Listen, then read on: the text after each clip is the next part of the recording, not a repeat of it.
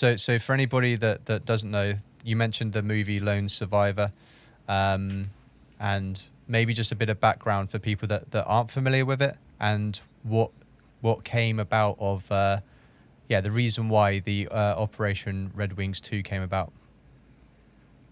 Yeah, so Operation Red Wings was the mission prior to the one that I was on, and that was a mission with a 4-man Navy SEAL recon team, and their job was to find and provide reconnaissance on a specific individual in the area, and his name was Ahmad Shah.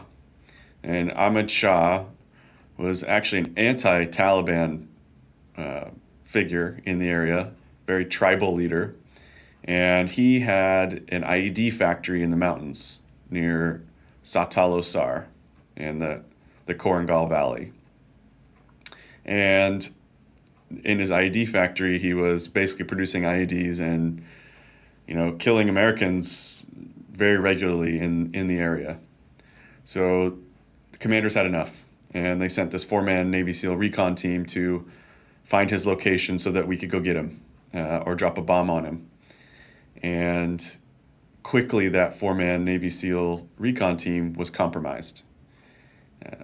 We think it was some goat herders on a mountain. That's the official story. And we know that they did not, they came across these goat herders and they let them go. They could have captured them, they could have killed them, they could have done a lot of things, but at the end of the day, they decided to let these guys go because they were innocent, or so they thought. And shortly thereafter, when they were moving down this mountain, they were ambushed. And during that ambush, 3 of the 4 men were killed, 3 of the 4 Navy SEALs, and 1 man escaped, and that was Marcus Luttrell. During that battle, or that ambush, as they were trying to evade the enemy, Michael Murphy, the team leader, took a satellite phone, ran out in the open, and called for help. And that was the last thing that anyone heard of Michael Murphy. So he was able to call for a quick reaction force. And with that, there was a 16-man Navy SEAL and Army Special Operations Aviation unit going to basically rescue them in a Chinook helicopter. And as they came in to rescue them, someone with an RPG shot down that Chinook helicopter. Lucky shot, hit one of the rotors, and took down the helicopter, and it crashed.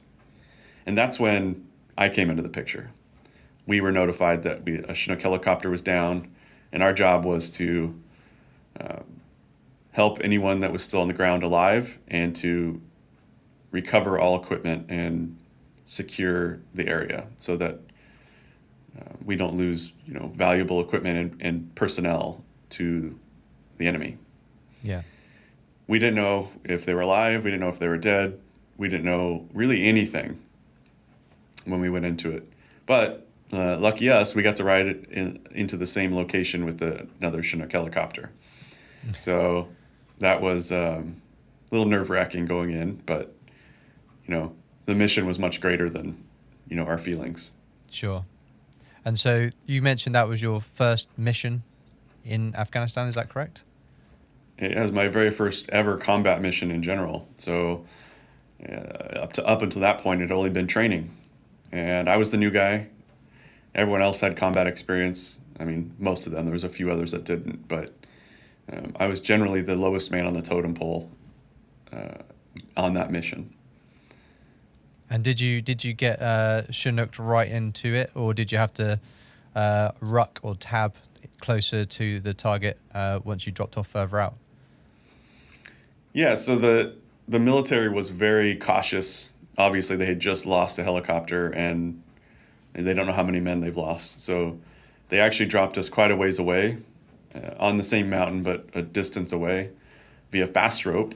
And fast rope is essentially a large rope that you hold on to and slide down. And in this terrain, it was very wooded, so very large trees. And to get a rope onto the ground, it would have to be anywhere from 80 to 120 feet long. And it turns out we had about a 110-foot fast rope into this location. And if anyone who's ever done a fast rope knows that when you have all this gear on, you get moving pretty fast. You can only slow yourself down so much.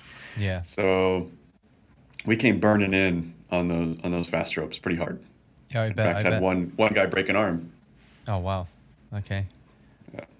And how was that for you? How did you find doing that fast rope? You know, this is your first time into essentially combat. You don't know if you're going to be encountered as soon as you get to the ground. So, you know, what was going through your mind and your kind of like mental play there? Yeah, it was really foggy and cloudy and rainy. So when I got on this fast rope, it's the middle of the night, and you can't see about more than like 10 feet in front of your face. So as I'm sliding down this rope, I look down and it's like I can't see anything. So I just kept sliding and sliding, and I just kept thinking to myself, oh, I'm about to hit the ground. And a couple seconds later, I'm still sliding. And that happened multiple times where I'm about to hit the ground. I'm about to hit the ground. And it definitely smacked me out of the blue, but it was after 110 feet when normally we train at about 30 feet. So this was nothing like I'd ever experienced. Mm. And to me, I just wanted to get on the ground as fast as I could because I knew that, there's an enemy in the area and they just shot down a helicopter less than 24 hours ago in this area. So for me, it was, I want to slow down so I don't die on this rope, but I still want to go fast. I want to get out of this helicopter. Yeah. And then what's the rest of the mission like to get up to where the Chinook was hit, and what was the initial kind of task, mission, mindset of everybody once they got there and saw what they saw? Yeah, so once we got on the ground, ironically, we didn't actually have any maps of the area because of where we were. There weren't a lot of maps, and we didn't have any. We only had satellite imagery. So we didn't really understand what the terrain was going to be like when we hit the ground. And that was a big surprise for a lot of us because up in this area, it was, the peak or where the crash site was nearly 9,000 feet. So, we landed, thousands of feet below that. And, you could travel a mile on this terrain on a map. In reality, you're traveling 3 to 4 miles because of the terrain, because you're going up and straight down on these maps. And on satellite imagery, you can't tell. So when we were picking our route, it was very difficult to manage that terrain because on a satellite imagery or from above, you can't see any of the terrain features. You can see rock and trees, but you have no idea exactly how deep those valleys and crevices are that you're going to traverse. Yeah. So essentially, it took us, all night. We didn't get there until dawn. And all night to travel, roughly, it was a little less than 2 miles. And normally that would take us 30 minutes. So it just gives you an idea of how awful that terrain was. And I mean, there were points where I was on all fours, crawling, because that was the only way you could get up the rocky cliffs. Yeah. Nothing like I had ever experienced in training even. And then when you got there, I'm guessing you got to where it was hit. What was the initial task? Just to secure the area, or was it to see who was alive, if anybody was? Yeah, first task always for a combat force is always to secure the area and make sure that you have ample security. So that's the first thing we did. And once we secured the crash site, then our next task was, now we need to find out if there's anyone alive, who is here, is it enemy, is it friendly? And that was when we were smacked in the face with reality that, all these guys, every single one of them had passed away. So all 16 men from that helicopter were deceased when we arrived. That was devastating. Yeah. I mean, all of us, even though it was a helicopter crash, and you know, most people know that people don't usually survive those things. So in reality, we knew that there would be casualties, but in the back of our head, we were thinking, oh, these are Navy SEALs. These are special operators. You know, they're basically like us, right? So they're like superhuman. They're not going to die. And that was pretty heartbreaking to see that, you know, it doesn't matter if you're the biggest, baddest man on the planet. If your helicopter gets shot down, you don't stand much of a chance. Yeah. And, you know, our next task was now recovering, you know, the 16 heroes on the ground. And how did that look? Was it, and you don't have to go into detail if you don't want to, but was it a case of, you know, making kind of stretches out of whatever you could and stretch them down the mountain? Or what was the kind of like task from there? Yeah, so where the crash had happened, it was basically on a very steep mountainside. And the only place that we could bring all of the deceased to evac them out of the site, because that was our next task, was up the mountain. And it was like, you know, 300 yards from our location, but straight uphill. And, you know, if you've ever carried another human when they're alive, you know that's very difficult. But it's a lot more difficult when it's, you know, a deceased human, because they can't help you. They can't hold on. They can't, you know, you can't set them down. It just doesn't work like that. So it was one of the most grueling things I've ever done in my life. You know, obviously the devastation of seeing dead Americans or dead humans in general, but it was a little more personal. It was dead Americans. So, you know, they're burned, they're broken, they're battered, and you have to put them in body bags. And that's not a fun task. So if you've ever experienced anything like that or even seen it, you know that it's awful. You know, it's the part of life that we hate the most, and it's death. I just remember going through, and, you know, they'd been out there for over 24 hours. So some had rigor mortis, others were burned badly. And it didn't matter. Like, the job was, we got to get them home. Yeah. So we did what we had to do to get them in bags and carrying them up that mountain. And that was my first, you know, dive into war. Very different than you would expect from an American elite combat unit. You would expect that glorious battle, right? Yeah. And that's not what I experienced. I experienced, you know, one of the ultimate defeats of the United States military. You know, it was the largest loss of life at the time in special operations history. And that's the first thing I got to experience. So I'll never forget it. And that's what I wrote about in my book, is that entire mission and recovering that crash site. Yeah.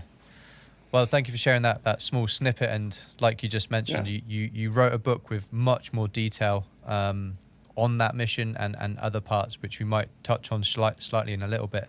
But I do happen to have a copy of this, of the book right in front of me. So it's called Leave No Man Behind. And you're actually surprised, weren't you, that I actually got a copy of this in the UK? Yeah, I had no idea it was available in the UK yet. And to my surprise, there you have it. There I have it. Because it came out August 31st, am I right? Or August 10th was the day that it came out in the 10th. US. Okay, yeah. Okay. That might be why the UK was a little bit behind, because I think it came out on the 31st because I pre-ordered it. Okay. So yeah, I got it in the first week of September, even though this recording is going to go up in February. But we'll touch a bit more on that, because that would be part of your kind of like transition once you've left the military. So, so you get that task complete. You head back, and you know the rest of your time out in Afghanistan. I mean, on that actually, did you actually help get Marcus back, or was that a different force that went to get him? Yeah, that was actually another platoon. That was another platoon of Rangers that, after the crash site, we still had to find that Navy SEAL recon team. So we were running around that mountain for a week looking for them. And we did finally find Marcus. And it was my sister platoon, or third platoon of Charlie Company, and I was first platoon of Charlie Company. So, I write about their experience in rescuing Marcus, but pretty incredible story about Lieutenant English in there, and how he was in charge of basically leading that force in to find Marcus. And he did some pretty incredible things, pushing his unit to the extremes to get to him. Yeah. Pretty cool. And yeah, we USA was successful in bringing Marcus home. So there is a positive there. But you complete your time in Afghanistan, and as you say, that's the first combat deployment, first deployment of your time. And then what's your length of time out in Afghanistan as a whole?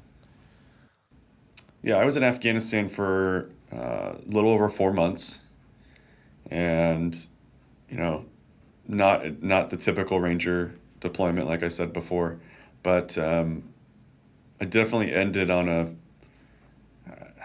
an awful note, but at the same time a very hopeful note, because Marcus did come home, and that was like the small victory for, we lost 19 men out there, so to bring one home was the thing we hung our hat on, because obviously we're not going to dwell on a tragedy. We'll honor those guys and we'll respect them and give them the rightful honors, but that's not our typical hang your hat moment. No. But Marcus coming home was. Yeah. And so you come back to the US from Afghanistan, is that right? And then what does that next stage look like for yourself after Afghan, which obviously is quite something to come home from? Yeah, so after that, my next task was, congratulations, you've done your first deployment. You've earned your right to go to U.S. Army Ranger School now. Uh-huh. You've deployed with the 75th Ranger Regiment, and now your chance to become a leader is here. So now you go to the school, and that's when I earned my right to go to Ranger School, which is a 62-day course where they try to simulate wartime environment and the leadership skills necessary during that wartime environment. And they do it in a unique way. They do it through starvation and lack of sleep. Okay. Yeah, so, I mean, generally you get, up to 3 hours of sleep per night. And it's usually not 3 straight hours. It's, you have to pull security and do things, and it's basically combat patrols. And you get 1 MRE per day. And most of us lose. I mean, I lost 15 pounds in like the first 3 weeks or so. By the end of it, I was 25 pounds lighter. So I looked like I looked like a wet dog in my uniform. It was pretty pathetic. And so with Ranger School, do you is that a thing that you have to pass? Or what happens if you fail that? Do you go back to the unit and then try again? Or, what does that look like? Yeah, the 75th Ranger Regiment is very unique in the fact that every single person that is a sergeant or above, or actually it's specialists or above typically, are required to go to U.S. Army Ranger School and pass. So if you don't pass, when you come back to your unit, they actually kick you out. And right. they send you to the traditional army.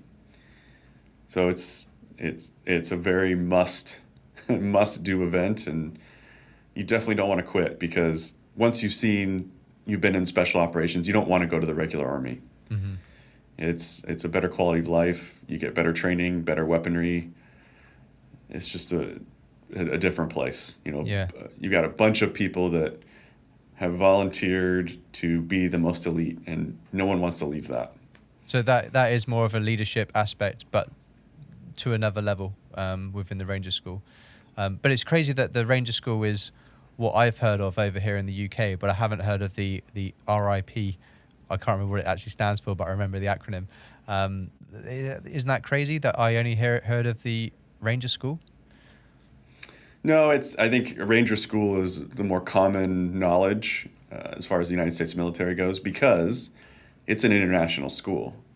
So I did that course with, I had some Brits, I had a couple Iraqi officers, and I had some Navy personnel and some Air Force personnel. So it's a leadership school. It's required training for Army Rangers and every infantry officer in the United States Army.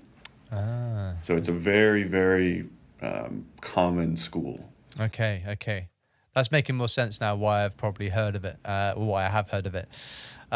So I'm guessing, well, you completed that. And then you went back to your unit, is that right? Correct. And was it then get ready for another deployment? As you say, you're a very busy unit. As soon as I got back, I was shipped to Ramadi, Iraq.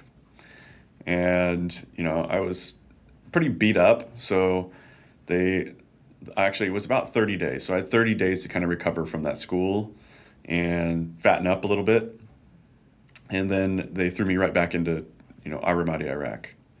Wow. So that was also a busy time, I believe, isn't that right? Yeah, so that was 2006 into 2007. So that was during the Battle of Ramadi. And yeah, we were extremely busy. Multiple missions every night for about 110 days. And it was, as Rangers put it, it was one of the busier deployments because we did 2 to 3 missions per night. And we operated only at night. Okay. So it's very different being in special operations. We like to operate at nighttime. But we did get an opportunity to do a few day missions. And this is kind of funny because everyone knows that the day is more dangerous than the night. And we have a huge advantage at night, and that's why we typically send our best guys at nighttime. So we had a few opportunities to go out during the day. And middle of a market in downtown Ramadi. And the military quickly learned their lesson that you don't send Rangers out during the day. Right. Because when you send Rangers out during the day, stuff gets blown up and things get shot. and it did. Every time we went out during the day, it was crazy firefights, and it never ended well for anybody. So after a few times of going out during the day, they quickly decided, I don't think we're going to send you guys out during the day anymore. Yeah, night missions. You guys can't behave. So am I right? Was you part of the Battle of Ramadi then? Or Correct. You was as well. Yeah. Wow. So you've been part of 2 well-known and historic missions in 2 separate countries. Yeah, I don't know how that worked out, but it did, and that's one of the reasons why I actually ended up probably getting out, because my whole career was in the military was basically a movie, right? One literally was a movie, and I think the Battle of Ramadi has been in a few movies too. So that's so weird. It's rare. It's not normal, and I was burnt. I was really burnt out. I bet. And so when you went out to Ramadi, what rank were you at this point? Because you completed Ranger School, and had you promoted a few times? Yeah, so I was a E4. I was a specialist in Ramadi. I got promoted to corporal while I was there because I was assigned a fire team. So I was a team leader, so I had multiple guys that I was responsible for while I was over there. Okay. And is there one thing you can share with us from Ramadi that was, I don't know if you could say a standout moment or something that you put into practice that you learned from Ranger School that you just remember instantly? Not necessarily something from Ranger School, but we did have some pretty unique missions out there, and one we nicknamed the Boathouse, and we came in at nighttime with a Navy SEAL boat crew down the river into Ramadi, and our job was to surveil and capture or kill a group of men that had been using a specific house, a boathouse on the river, to store weapons, munitions, bombs, and these were some bad dudes. They were high-value targets, and they had been causing some real big problems in Ramadi for a while. So we had enough, and our job was to end it. So what we did is we snuck into some houses in the area that were overseeing this boathouse. We basically captured everybody in the house, tied them up, and just watched this boathouse. And, for about 6 or 7 hours, there was no action. And then all of a sudden, we watch a car pull up, and out get two young men, and they go into this house and they start loading weapons and bombs into their vehicles. And we actually let them see how much they were going to load, and we watched them the whole time. Mm-hmm. And we had 2 houses that were overwatching them. And eventually, one of them held the AK, started looking around towards one of our houses like he might have seen something, and they started walking towards us. Well, that was our cue that, all right, we got to put an end to this right now before it gets bad. And we did. We fired on these guys and eliminated them. And the next thing we know, RPGs are flying over our heads, Dishkas are firing at our locations, and they had been watching us as much as we had been watching them. Right. So quickly, things changed, and we went from trying to quietly eliminate these guys to, all right, take the suppressors off your weapons, let's make some noise. So It was a typical what you would Hollywood style firefight. And I'll never forget, peeking my head out a window and seeing an AK round flying straight at me in the distance, almost in slow motion. It was a really, really odd thing. I can't really explain it in terms that are logical, because to me, it's not possible. But I peeked my head out the window and I saw a round, and I pulled out of the window, and rounds impacted on the wall near my position. Wow. And that was a quick reminder that those are real bullets. Yeah. Those are real bullets coming towards you. And essentially, a couple hours later, we ended it all, and there were airstrikes, and we had to pull guys out of cars that were driving by because we thought they had bombs, and it was crazy. It was wild. It was the typical Hollywood type battle that I didn't get in Afghanistan. So a successful mission. I was going to ask. It was successful. We didn't lose anybody. No one was injured other than the other side. So that huge success. Awesome. Airstrikes to finish them off and everything. Excellent. Yeah. So I just want to. I try and put in a little bit of comedy if it's a little bit too too serious. But I'm just going to link back to what I said earlier. Captain America. Captain America would have seen that bullet coming and just dodged it. So I'm just saying.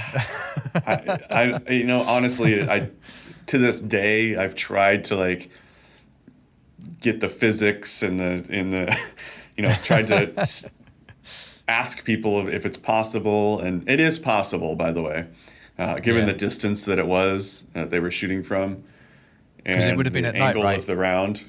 So it would have been at night. Would you have seen it? Yeah, it impacted right above my head, basically. So it makes sense that you'd be able to see it. Yeah. Let's stick to Captain America. That sounds cool. Yeah, it's kind of funny. But I would say I'm more like Peter Parker. Peter Parker, yeah. The not Spider-Man, the nerdy one. Yeah. His alter ego. Yeah. Peter Parker, the other one. I'm drawing a blank. So Peter Parker is the Spider-Man's nerdy self before That's he right. becomes That's Spider-Man. right. Yeah. Okay. Yeah. Peter Parker. Sweet. So, you are back from Iraq. How long are you out there for? Roughly 4 months. Another 4-month deployment. Cool. Yeah. And so yeah, you come back, and you mentioned just then that you were thinking of leaving, because obviously these are quite high intense and just crazy missions. So at that point, are you thinking, I'm going to leave, or is your contract coming to an end, or what does that look like? Yeah, I had about a year, a little less than a year left on my contract. And I got back, and the first thing that any good leader does is they look at guys they want to stick around and they try to promote them. And that's what my boss did. He said, all right, I'm going to send you to your sergeant board, and you're going to get promoted, and you've already been a team leader, so same position, you're just going to get paid more. Okay. Sounds great to me, right? Yeah. So, I prepped for it. I got ready for the board. I was ready. I knew everything that needed to be known, and I would have passed the board. But about 3 days before, I went back to my boss and I said, I don't think I'm going to stay in. And I don't feel right getting promoted when there are guys that are going to stay, that now we're going to have to wait if I get promoted. So I gave up my slot at the board, and a buddy of mine who's still to this day in the military, Okay. he got promoted that day. So I already knew I was getting out at that point. I was pretty burnt out. Yeah. So yeah, you basically opened up the slot for someone else to progress. So that's quite humble of yourself. It's bittersweet because, E5 is a much more coveted position, and it's kind of the thing you want to be when you're in Ranger Regiment. It's kind of a stamp of approval, so to speak. Okay. So, yeah, it was a little, I would say it was selfless, but, he was my friend, and I knew he was going to stay in. Absolutely knew it. So I was happy to do that. It didn't make a difference whether I got out as an E1 or an E5. It really didn't. Mm-hmm. So ultimately, I was looking forward. Yeah. So do you end as you said you ended as a corporal, but was that the thing that you were talking about where you'd gone through everything and you were about to become an E5, but you essentially chose not to because you knew you were getting out? It wasn't because you were a bad boy. No, that came later. Oh, right. So after I got out of the active duty, I went to the National Guard, and the National Guard is is basically a force for the state of whatever state you live in the United States. Each state has their own National Guard unit. Right. And they're a state force, but they can be called up to federal duty if necessary, if needed. So it's the same military structure, rank, job status, everything, but you're assigned to your state, and they use you accordingly. And does everybody get that option when they leave the regulars? Pretty much everybody has that option. Right. And they sweeten the deal a little bit.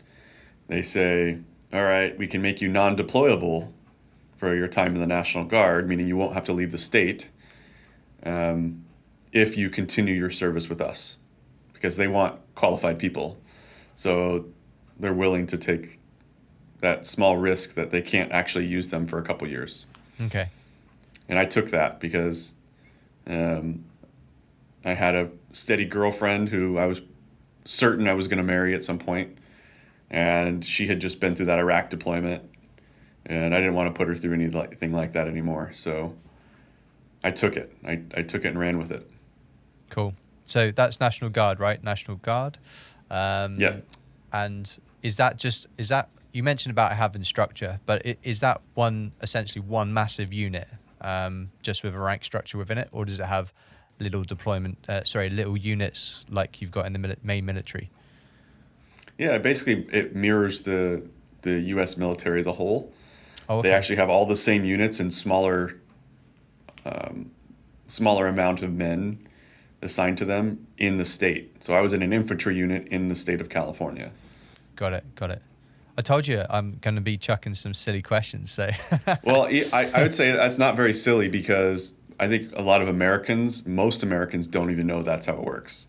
oh, okay. Okay. Well, there you A go. lot of people actually talk badly about the National Guard, thinking, oh, they're like the JV or the junior varsity of the Army, when in reality, it's actually a lot of really experienced guys that just don't want to do active duty anymore. Okay. But then they get utilized on home soil, right? You can be deployed internationally as well, Ah, but okay. it's typically you have state missions that you assist with. Like in Okay. California, it's wildfires support. Right, right, right. Yeah, yeah. And so what does the 2 years look like when you are stationed there? Is there anything you want to share from that time before you then finally leave fully? Yeah, the National Guard's actually kind of a cool thing. I mean, um, it's nothing like being in active duty, but I got to interact with a bunch of guys with combat experience from all different types of units, and so it's unique in the fact that you actually have a lot of senior guys that have done a lot of stuff that are just kind of, yeah, they don't want to get away with it, get away from it completely, but they also don't want to be in the front line anymore. So it's actually a really cool, like, mix of guys that you get to work with. And I got to do missions like, I was an infantry unit, so I got to do missions where they were evacuating neighborhoods because of wildfires, completely evacuating these neighborhoods, and our job was to guard all their stuff. Okay. So while there's fires raging around us, we just want to make sure that no one's trying to like loot their homes while they're all evacuated. Wow. Okay. Okay. What year was that wildfire that you were guarding? 2008, 2009. Okay. Okay. Yeah, because there are a lot of wildfires. It's a regular thing, isn't it, annually? Every year. Yeah, crazy. And so before you do leave, you mentioned that you almost got E5 or did get E5 and then you're a bad boy. Are you allowed to share that? Or you want to share that? Or Yeah. do you want to just leave it as it is? So so the National Guard quickly, when I got there, I was an E4 corporal. I had combat experience and I had a Ranger tab. I served in Spec Ops. They promoted me like the day I got there. Yeah. So as soon as I got there, they said, "Wow, I can't believe you're an E4. How are you an E4?" I explained to them, and they said, "Okay, well, you got to have a team here. That's crazy. You can't be a member of a team. You need to be leading a team." And so I got promoted to E5, and it was less than 30 days after I was promoted to E5. My boss, which was an E6, who I don't want to be mean about it, but he had zero combat experience. He'd only served in the National Guard. And he spoke to me in a way suggesting that I didn't know what I was talking about. Okay. And I was at the time, I was not okay with being talked to like in the way he was talking to me. So I got in his face and he grabbed my collar and we got into a fight. Okay. Okay. and that they had no choice but to demote me. So I ended up a corporal again. Right. But a corporal essentially is the same. I had the same job. I didn't lose my job. I just lost my rank. Yeah. Yeah. Um, And the pay. in the pay, yeah. Yeah. That was a difficult part. Yeah. The National Guard isn't, you don't get paid that much, but Okay. yeah, it was noticeable. Yeah. And so how does it end for you? What's that transition to fully be back to civilian life? And actually, a question on that: when you are National Guard, are you full-time National Guard, or are you kind of like National Guard as well as holding a civilian job? Yeah, so you're actually a civilian, what they call a civilian soldier. So you do your normal civilian stuff, but one weekend a month, you serve in your National Guard unit. Right. And then Okay. 2 weekends every summer, or 2 weeks every summer, you do field training. So Got it. they try to keep you in the loop, but not consume your life with Okay. military stuff. Got it. Got it. Yeah. So that actually sounds very much like our reserves within the UK. So when you got out and you joined the National Guard, what civilian job was you doing alongside the National Guard stuff? Yeah, I was actually back in college. I went back to college because I had left college after 9/11 and didn't finish. So I went back and finished college at the University of Southern California in Los Angeles.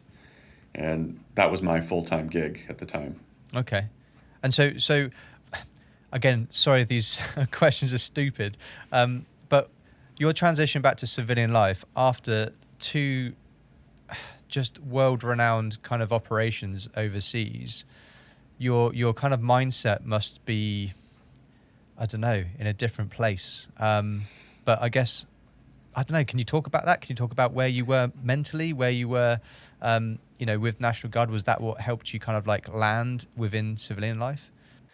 Yeah, I think the National Guard was a good transition because it was not completely away from the military life, but enough away that I can kind of become a civilian again. But yeah, when I got out, I was pretty jaded, I'd say. I had very frustrated with the slower pace of life as a civilian and the dog eat dog of the civilian life, that there wasn't that camaraderie, there wasn't that brotherhood. It was, you know, sink or swim. Right. Yeah. Yeah. And there wasn't really a good support structure. You didn't have, buddies to help you along the way. That's not how it works. It's very individual, and that was tough. That was really tough to go from a absolutely amazing team environment with guys that are willing to die for you or with you, to someone will throw you under the bus in a heartbeat just to get a promotion or to get a better grade than you, or it was a tough transition. It took a while to kind of recognize that you aren't going to get that camaraderie again. Yeah. It is gone. You got to let it go. And yeah, very difficult. And did you struggle at all mentally? We do try and talk more about mental health. That is as powerful as physical health. So did you struggle at all with that and seek help, or was you actually pretty good yourself? I thought I was good, and I started noticing things that just didn't seem right, like having a really short fuse and kind of symptoms of depression and anxiety, like worried. So one of these things that I'll bring up is, that I remember doing, was I was driving on the freeway, I-5 in California, and there was an overpass. And, I'm driving under that overpass. Well, in combat, when you drive under an overpass, in Iraq at least, the SOP was to switch lanes really hard, so that if someone's on the other side of the bridge, they don't drop a grenade or some type of munition on top of you as you're driving under. Yeah. And I found myself doing that on I-5 in Los Angeles. And it wasn't until someone laid on their horn, gave me the double bird, and I realized, like, holy shit, I just like cut off like 3 lanes of traffic at 80 miles an hour because for some reason I thought that was the right thing to do. And that's when I was like, okay, this is not good. This is not, I need to talk to someone about this. And I did. I went in and did the hard thing that I think a lot of us, especially spec ops guys, or the guys that think they're tougher and they're the ones that are going to help everybody, that you got to ask for help. Yeah. There's no one that's that tough that they can't ask for help. Yeah. I mean, we can talk about Marvel superheroes if you want, but there's a reason why there's multiple. Yeah, exactly. One of them's not going to accomplish anything, but all of them together can save the universe, right? Exactly. So, you got to think about mental health that way. You got to think about health in general. That it takes a team. Yeah. There's no I in this life. Absolutely. And so I did. I went and got some mental health treatment. It was relatively smooth for me. I'm a pretty open, laid back guy, so I just put it out there and said, I've never already told anyone this story about recovering these dead bodies on my very first mission. And I remember the counselor in front of me just going, right, eyes wide open. Like they didn't know what to say. And she said, I've never heard a story like that. I've never heard of anyone having to do that. So it makes sense that you're struggling with some of this. Yeah. And that was I think the most helpful thing was just talking through it, because we can't hold on to these stories forever. It's Sure. not healthy. No, not at all. Not at all. And are you? I mean, fast forward into today. Are you all okay now, or are you still battling some part of mental health? I've completely moved past all that stuff in my life. I look at it as a huge stepping stone to where I am now. Okay. Like I would not be the person I am today if I hadn't experienced that hell. No. And it's really awesome actually to have that perspective when I think things are tough or I'm tired. Yeah. And I'm feeling whiny. Yeah. I'm like, well, guess what, Brooks? You're not on Afghanistan. You're not carrying 16 dead bodies, and you sure as hell have water and food. Yeah. Like, what are you complaining about? And that snaps you It's back not into that it. bad. Yeah. But you know, you're not alone in regards to like SOPs, instant reaction, what you're trained to do, because it even happened to me when I came back. I think I was just come back from Iraq myself, and I went to Heathrow to go and pick somebody up, and there was a siren or some sound that came on, and I instantly dropped to the ground, because that was our kind of like initial reactions whilst in camp. If the sirens went off, you drop to the ground because there's incoming. And I did that in Heathrow Airport, and then realized what I'd just done, and then pretend to tie my shoes and then get up and kind of move forward. So I felt like an idiot, but it's natural when you're such, been trained so hard for combat missions. So yeah, what you shared there was you're probably not the only one that's done that. Oh, I know it happens all the time. I've seen it happen actually in public, and I'm a provider now, so I'm a healthcare provider. So I recognize these things, and I went up to the guy and said, "Hey, where did you serve?" And that opened up the conversation. He knew exactly what I was talking about. And I said, "You know what?" And then I tell this story. I tell that story of me cutting off 3 lanes of traffic in middle of LA. Yeah. And I tell him, best thing you can do is get a team together and talk about it and fix it. Yeah. Because it will snowball. It will get worse if you don't do something. Yeah. Good advice there. That's good advice for anybody listening to this. So you've mentioned about being a chiropractor. I've got that right, haven't I? You got it. So what does that little transition look like with becoming a doctor, becoming a chiropractor? Did you know that you wanted to go into that field? Could you explain that? Yeah, so when I got out of the military, I had no clue what I wanted to do. I was kind of floundering, trying to figure out, gosh, what am I going to do next? Hold on, let me look at my resume. And I look at my resume, and it says, excellent at shooting things, excellent at blowing things up, trained killer, jump out of airplanes. Wait a minute, What can I do? Oh, nothing. So I was kind of floundering, trying to figure out what I wanted to do with my life. And in that process, I still hadn't figured it out. I was having these horrible, horrible pains in my back and my legs, shooting pains down my legs, back pain to where I could barely stand up, and I couldn't get out of bed in the morning some days. It was so painful. And I essentially said, I got to find a way to make this better. Went to many surgeons, went to orthopedic surgeons. I went to physical therapists, acupuncturists, and nothing seemed to really like give me that solution. You know, the surgeons wanted to operate and do all these crazy things to my back. I just wasn't like, you know, some days it doesn't hurt that bad. So does that make sense to have surgery yet? I don't know. Like the bad days are really bad, but the not so bad days, I'm relatively functioning individual.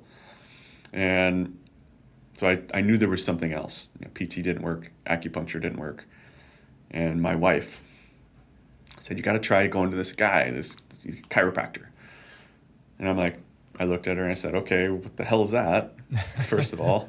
And she said, oh, he's a doctor of chiropractic, and then basically they work on the spine and the nervous system. And I said, oh, I remember those guys. I remember hearing about them when I was a kid. We called them quacks. Like, not real doctors. And she goes, he's a real doctor. He's just a doctor of chiropractic. He's not a doctor of medicine. And I said, well, to me, that's quack, right? It's not a real doctor. And eventually she didn't give me the ultimatum, but she said, you're going to go see my guy because I'm not going to hear you complain anymore. And I did. I gave in, and I went and saw him.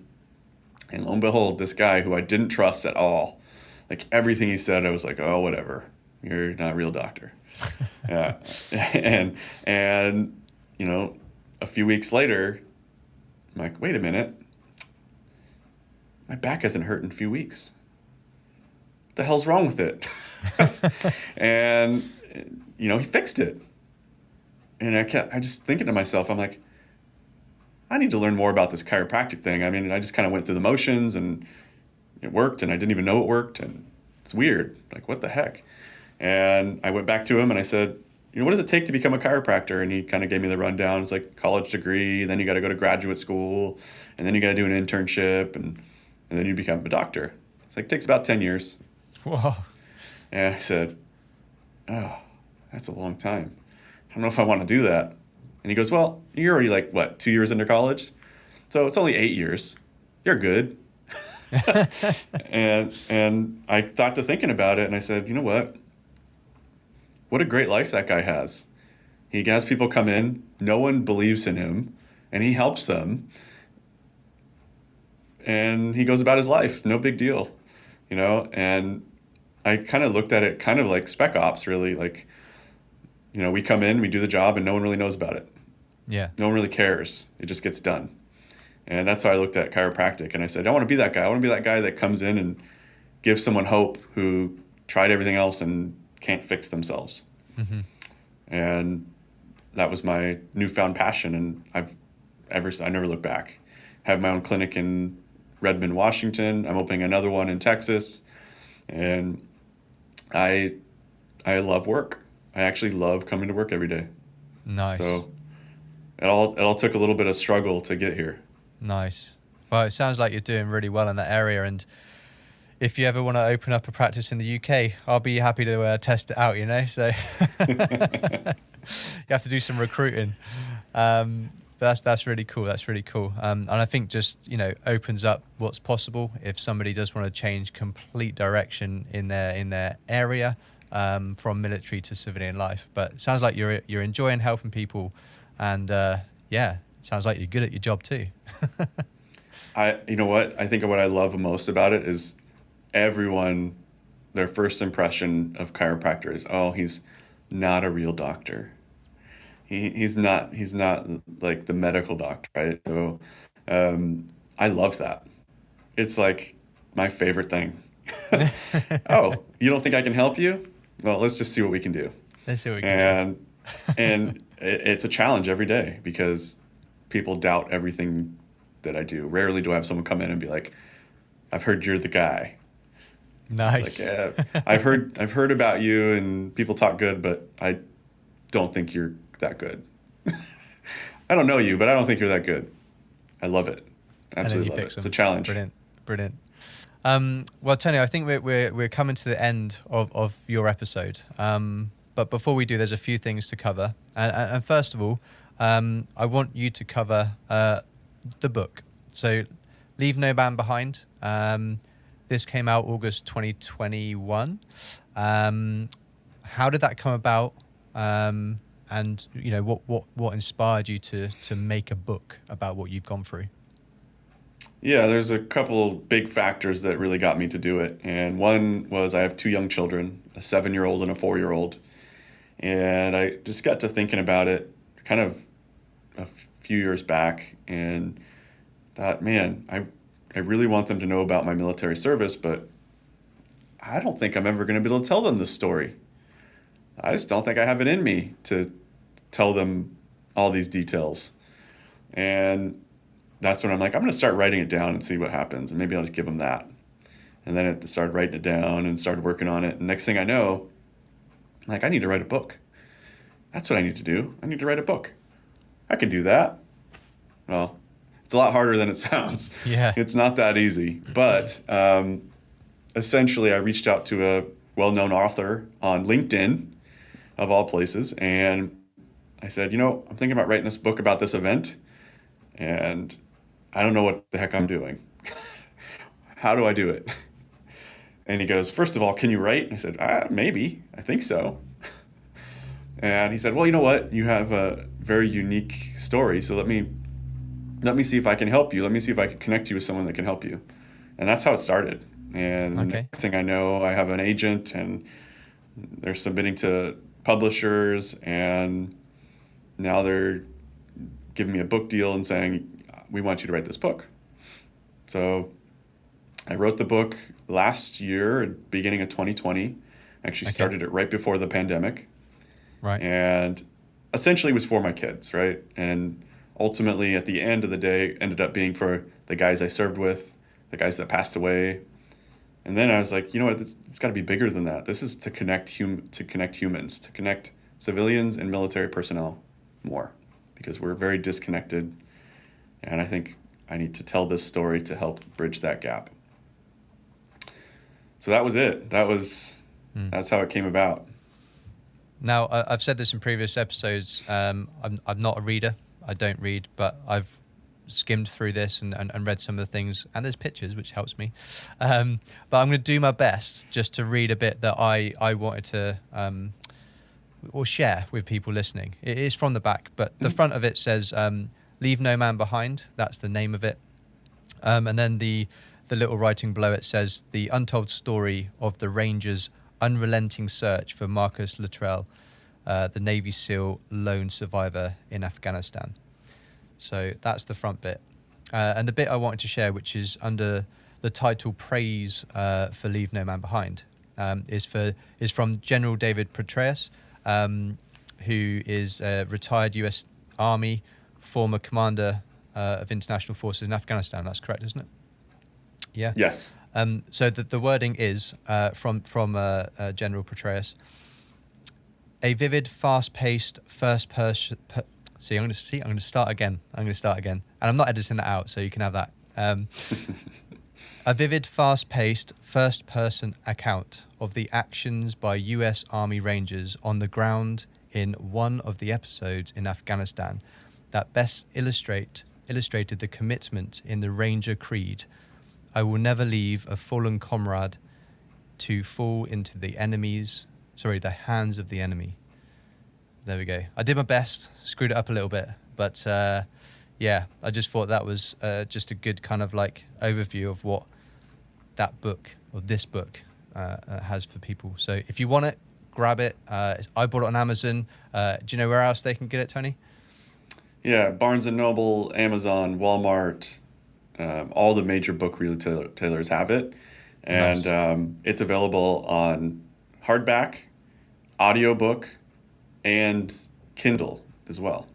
Nice. And yeah, the audiobook would be much better than me trying to bloody read it. I'm just crap at reading. So there we go. So Tony, I just want to give you the opportunity to share some advice, some words of wisdom for anybody that's thinking of joining the military, not just the US, but from around the world. Do you have any words of wisdom you can share with those people? Yeah, military service, means a lot to me. Obviously, it was a good part of my young adult life, I would say that everything that I do in the rest of my life was built on the foundation of military service. And yeah, it's not the most glorious thing. You're not getting paid good. You're, doing the world's toilet cleaning, so to speak. And it's not like you see in the movies. It's not like you read in most books. However, the stuff I learned in the military is making my life great, because I use all the same stuff that I learned, the hard work, the dedication, the leadership. I use that in my clinic. I use that with my patients. I use that with my kids, my business acumen, my stock trading. Everything I do is based on what I learned in my time in the military. It's been the single greatest thing I've ever done. And that's I had some awful moments in the military that, most people are like, oh my gosh, that's horrible. But in reality, it helped build me into a better person. And I learned more about humanity than any other place I could possibly imagine. So if you're considering it, I would highly suggest that you explore it and do something you love. That way you can become a better person. That's really what it comes down to. Great advice. Thank you very much. And do you have any advice for veterans, be that people that have been out for many years or people that are about to transition out of the military back to civilian life? Yeah, transition's hard. And if anyone thinks it or tells you it's easy, they're not telling you the truth. It's not easy. But know that you have other veterans and people like myself that you can always reach out to. You can always, my email is free. If you contact me on my website, that's free. It doesn't cost you any money. You don't have to buy anything. Reach out to us. Reach out to other veterans. Build a team around you, because civilian life is very different, where you're dog eat dog. So you got to have people on your side that are going to help you. Mm-hmm. And you'll get through it, and just keep fighting. Yeah. Good advice. Well, Tony, I think we've come to the end of your episode. So I just want to say thanks for sticking with the technical issues this time around. But how was it for you? I know you've been busy in recent weeks and months, but how was it coming on my show and sharing what you've shared? I had a blast. I mean, it was just like having a conversation, and we just happened to have this piece of glass in front of us. So, I enjoy just chatting and reminiscing about military service, because, like I said, it's a huge part of me. It built me into the man I am now, and for better or worse, but it really is something to be proud of, Yeah, absolutely. Yeah, so thank you for sharing everything that you shared and all the experiences that you've been through, and also for your time. Thank you very much for giving up some of your time today for me, for this show. It's something we don't have infinite amount of, so thank you for doing all of that for me and the show. Yeah, I appreciate it. I hope you guys continue to thrive, and everyone watches all your episodes, because they're awesome. They're really great. Thank you so much. And lastly, thank you for your service. And thank you for yours. Thank you so much. This has been Military Veterans Podcast. Out.